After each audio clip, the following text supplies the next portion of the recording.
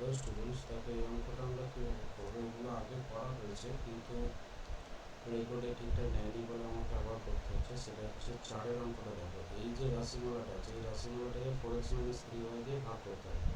অর্থাৎ এখানে 16x² - 24x² + 9y, এটাকে আমি a² - 2ab + b² আকারে লিখলে আমি এই আকারে পাই। এখন ওপরটা আছে a² - 2ab + b², তাহলে এটাকে আমি a - b তার হোল স্কয়ার ফর্মে লিখতে পারি, a - b তার হোল স্কয়ারের আকারে লিখতে পারি। আর নিচেটা আছে 4x - 3y। এখন এইটার সঙ্গে এখানে 2 কেটে গেল, অর্থাৎ একটা কেটে গেল, তাহলে এখানে পড়ে গেল 4x - 3y।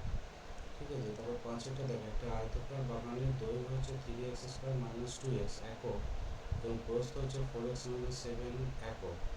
তাহলে এক্ষেত্রে দৈর্ঘ্য প্রস্থ কিছু মানে গুণফলটা হচ্ছে ক্ষেত্রফল। তাহলে আমি যেটা করতে পারি 3x² + 2x × 4x - 7, এটা গুণ করে আমি করতে পারি 12x³ + 8x² - 21x² - 14x। তো এই দুটো এদের মধ্যে যোগ বিয়োগ হবে, যেহেতু প্লাস আছে মাইনাস আছে এদের মধ্যে বিয়োগ হবে, অর্থাৎ 21 থেকে 8 বিয়োগ হচ্ছে 13। বড় চিহ্ন বসলো, বড় হচ্ছে 8 আর 21-এর মধ্যে বড় হচ্ছে 21, তার চিহ্ন 13 বসবে, তাহলে এক্ষেত্রে চিহ্ন মাইনাস হবে।